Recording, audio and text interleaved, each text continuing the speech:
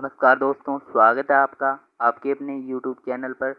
यदि चैनल पर नए हो तो चैनल को कीजिएगा सब्सक्राइब, बेल आइकन को भी प्रेस कीजिएगा ताकि आगे आने वाले सभी वीडियोज़ के नोटिफिकेशन आप तक पहुंच सके। तो आज हम करने जा रहे हैं चैप्टर 1 हिंदी निवारी का, जो कबीरदास जी द्वारा रचित है। कबीरदास जी के बारे में बताया गया है उसमें, तो हम उसके पाठ्य पुस्तक के जो प्रश्न उत्तर है वो करने जा रहे हैं। तो फर्स्ट क्वेश्चन हमारा है कि कबीर की दृष्टि में ईश्वर एक है, इसके समर्थन में उन्होंने क्या तर्क दिए थे। तो कबीर ने ईश्वर को एक माना है। उन्होंने इसके समर्थन में जो निम्नलिखित तर्क दिए थे वो हम आपको आपके सामने रखने जा रहे हैं। तो फर्स्ट है कि संसार में सब जगह एक पवन व एक ही जल है। उन्होंने बताया कि संसार में एक ही पवन है और एक ही जल है। सभी में एक ही ज्योति समाई हुई है। एक ही मिट्टी से सभी बर्तन बने हुए हैं। एक ही कुंवार मिट्टी को सानता है।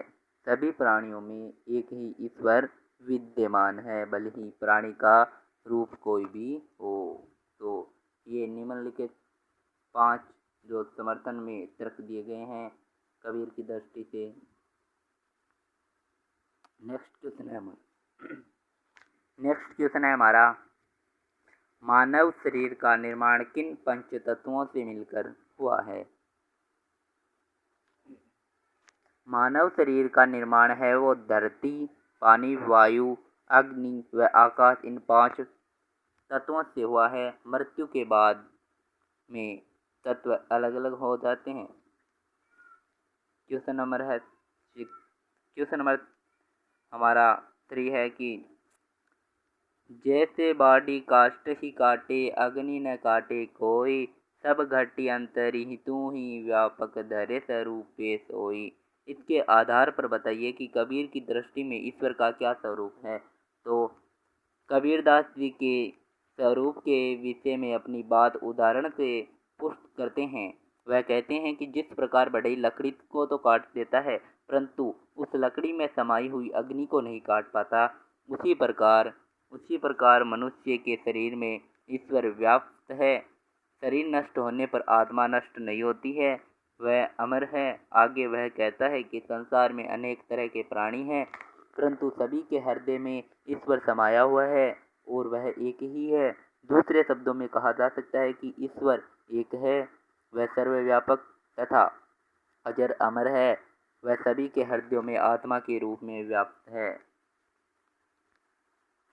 क्वेश्चन नंबर 4 है हमारा कि कबीर ने अपने को दीवाना क्यों कहा। तो इसका आंसर है कि दीवाना शब्द का अर्थ है पागल। कबीर स्वयं के लिए इस शब्द का प्रयोग इसलिए कर रहे हैं क्योंकि वे झूठे संसार से दूर प्रभु यानी परमात्मा में लीन है, भक्ति में सराबोर है। उनकी ये स्थिति संसार के लोगों की समझ से परे है। अंत में अतः वे स्वयं के लिए इस शब्द का प्रयोग कर रहे हैं। कबीर ने ऐसा क्यों कहा कि संसार बोरा गया है। क्वेश्चन नंबर 5 है हमारा ये। तो आंसर है इसका कि कबीरदास जी जो है वो कहते हैं कि ये जो संसार है वो बोरा गया है, क्योंकि जो व्यक्ति सच बोलता है उसे ये मानने को दौड़ता है, उसे सच पर विश्वास नहीं है। कबीरदास तीर्थ स्थान, तीर्थ यात्रा, टोपी पहनना, माला पहनना, तिलक, ध्यान आदि लगाना, मंत्र देना आदि तौर तरीकों को अलग तरीके हैं, उनको कबीरदास जी हैं वो गलत बताते हैं। वे राम रहीम की श्रेष्ठता के नाम पर लड़ने वाले को गलत मानते हैं, क्योंकि कबीर की दृष्टि में ईश्वर एक है, वह सहज भक्ति से प्राप्त हो सकता है। इन बातों को सुनकर समाज उनकी निंदा करता है तथा पाखंडियों की झूठी बातों पर विश्वास करता है। अतः कबीर को लगता है कि संसार पागल हो गया है। क्वेश्चन नंबर 6 है हमारा, कबीर ने नियम और धर्म का पालन करने वाले लोगों की किन कमियों की ओर संकेत किया।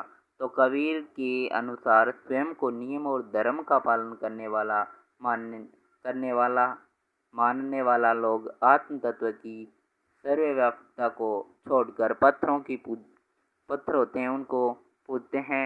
वे आत्मा की आवाज़ को मारकर पत्थरों में ईश्वर को ढूंढते रहते हैं जो उनके भीतर ही विद्यमान है। उसे मारकर बेजान पत्थरों में परमात्मा को खोजना भारी भूल है।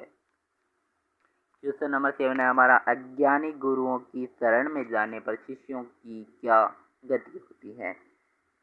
इसका आंसर है कि अज्ञानी गुरुओं की शरण में जाने पर शिष्यों का जो उपकार है वो नहीं होता है, अपितु ऐसे गुरु शिष्यों को गलत रास्ते दिखाते हैं।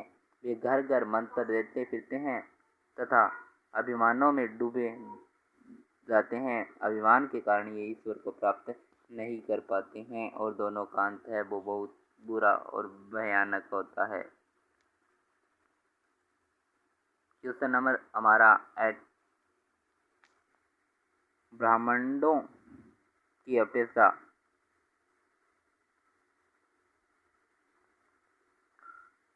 स्वयं आत्म को पहचानने की बात किन पंक्तियों में कही गई है, उन्हें अपने शब्दों में लिखिए। पंक्तियां हैं, आत्म मारी पखानहि पूजे उनमें कछु नहीं ज्ञाना, साकी शब्द ही गावत भूले आत्म कबीर न जाना। कबीर ने उपयुक्त पंक्तियों में स्वयं आत्मा को पहचानने की बात कही है। आत्मा हम सभी के भीतर सजग सचेत अवस्था है। उसे मारकर बेजान पत्थरों में खोदने की बजाय स्वयं को पहचानना चाहिए।